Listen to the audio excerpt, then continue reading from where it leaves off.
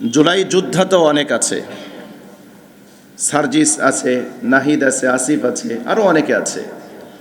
কিন্তু প্রথম টার্গেটটা কেন ওসমান হাদিকে করা হলো, এটা একটা প্রশ্ন। আমার কাছে দুটো কারণ মনে হয়।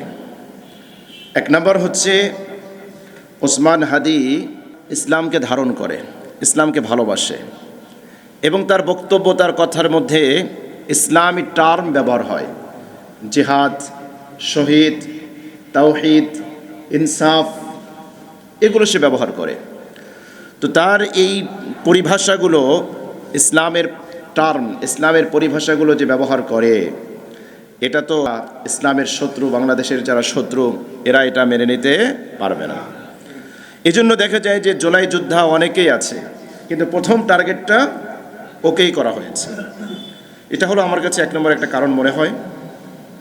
দ্বিতীয় আরেকটা কারণ মনে হয় যে সে চরম ভারত বিরোধী, ভারতের আধিপত্যবাদ এবং ভারতের আগ্রাসন, এগুলোকে সে কখনো মেনে নেয়নি।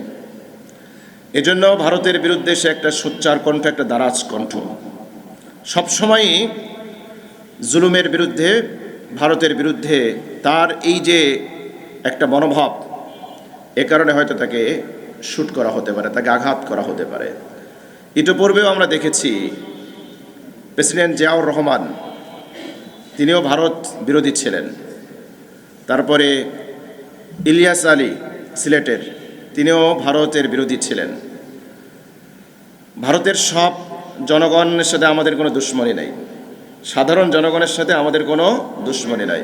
কিন্তু যারা বাংলাদেশকে তাদের অঙ্গরাজ্য বানাতে চায়, যারা সিকিম এবং হায়দ্রাবাদকে যেভাবে দখল করেছে, বাংলাদেশকে সেভাবে দখলে না নেওয়ার কারণে বাংলাদেশকে নানা কৌশলে, ছলে বলে কৌশলে বাংলাদেশকে যারা নিজেদের করতলগত রাখতে চায়, আমাদের স্বাধীনতায় যারা হস্তক্ষেপ করতে চায়, আমরা তাদের বিরুদ্ধে।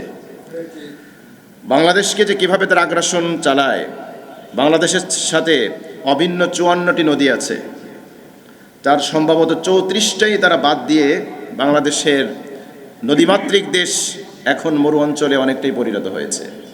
আরও অনেকভাবে আমরা তাদের নির্যাতনের, আমরা তাদের জুলুমের শিকার। তো এজন্য ওসমান হাদি ছিল ভারতের এই আগ্রাসন, ভারতের এই আধিপত্যবাদ, এগুলোর বিরুদ্ধে সোচ্চার কণ্ঠ। এজন্য হয়তো তাকেই আগে টার্গেট করা হয়েছে।